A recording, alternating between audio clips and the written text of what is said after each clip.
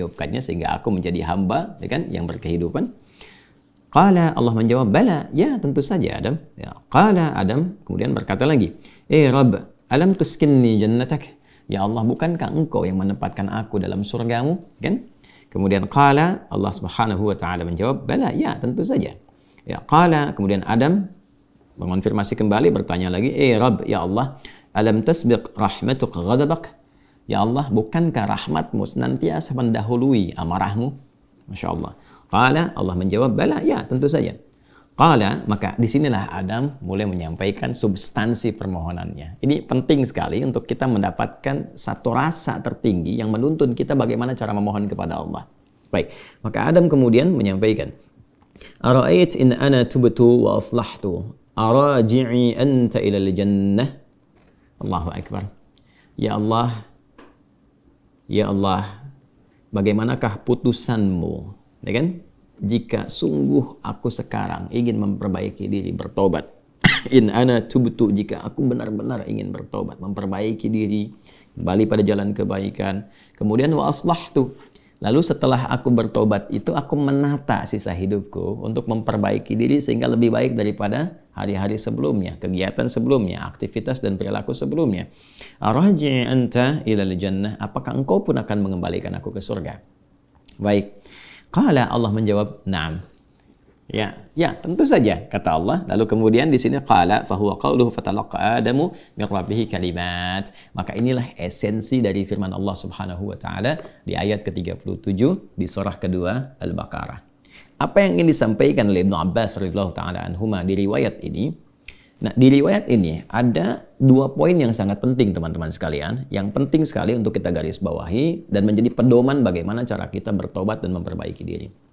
Ya, yang pertama, ada kesan yang tertangkap bahwa ketika Allah menurunkan ayat-ayat taubat, bukan sekedar pedoman yang isinya membimbing kita untuk menyesali, kemudian memperbaiki dan menata kehidupan lebih baik daripada sebelumnya. Tapi di situ juga tertanam nilai-nilai kesungguhan dan keikhlasan yang betul-betul kita mengharapkan karunia dan bimbingan Allah yang menyertai taubat kita itu.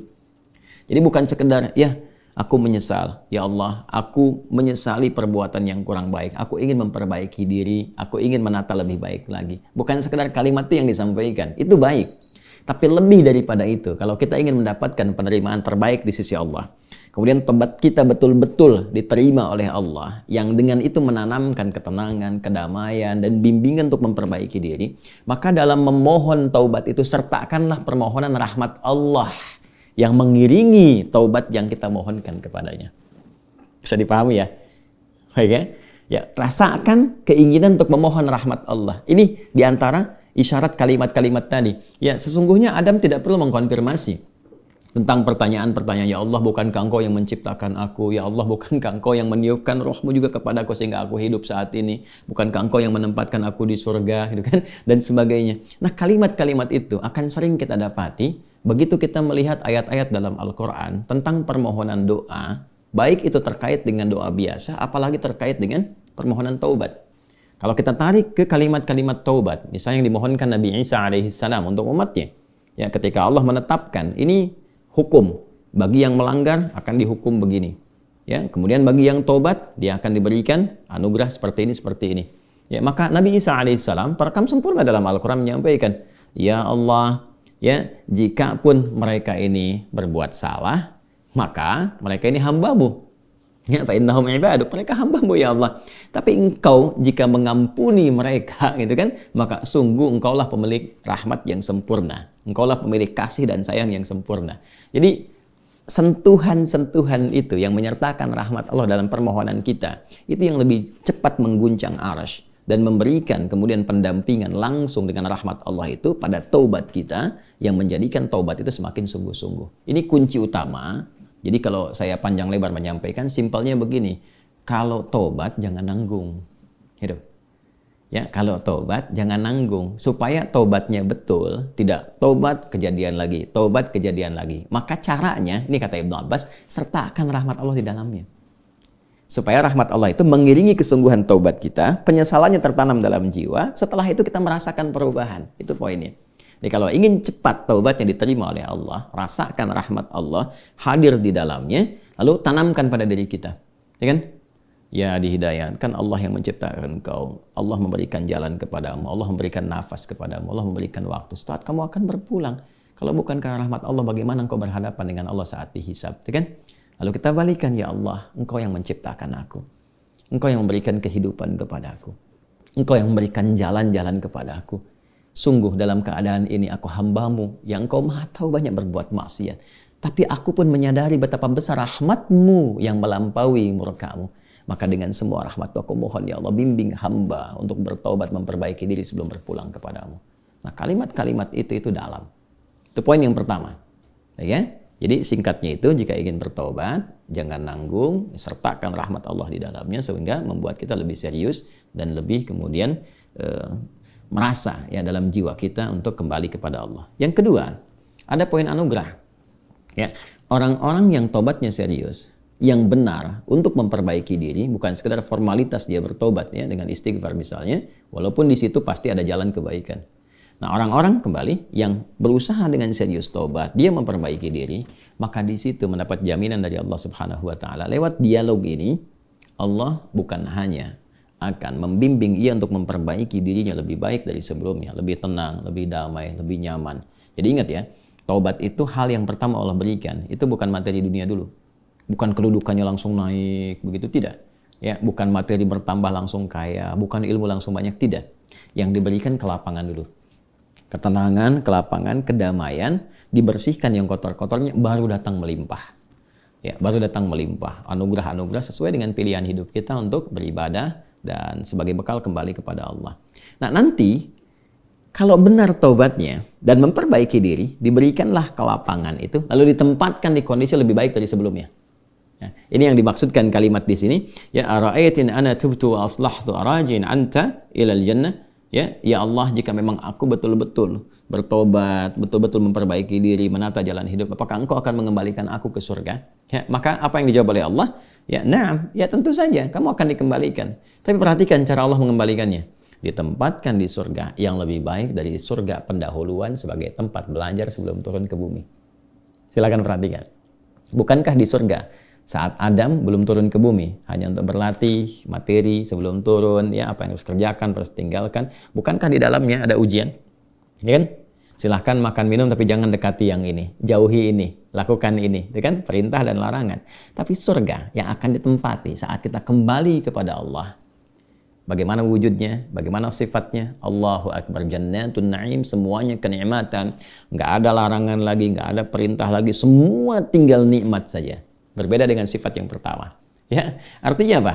Di sini diberikan kesan kepada kita, orang-orang yang bisa memperbaiki dirinya, selain hidupnya lebih damai, lebih tenang, lebih nikmat dibandingkan saat ia larut dalam maksiat.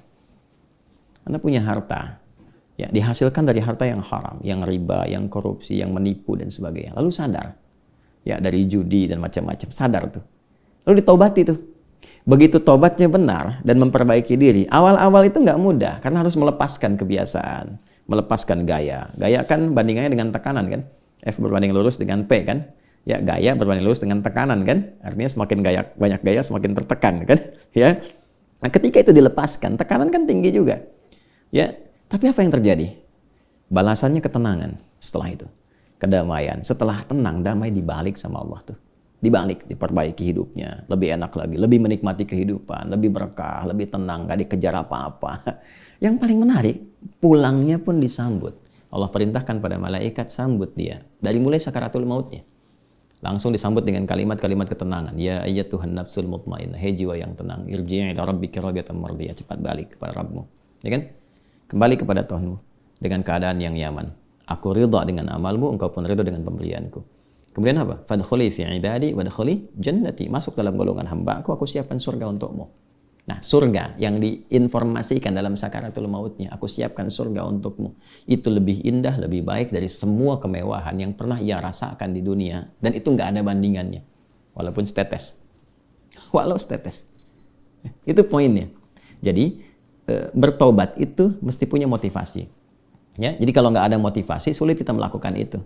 Motivasi terbaiknya adalah, nih, mau sampai kapan larut dalam maksiat? Bagaimana kalau sedang bermaksiat itu wafat?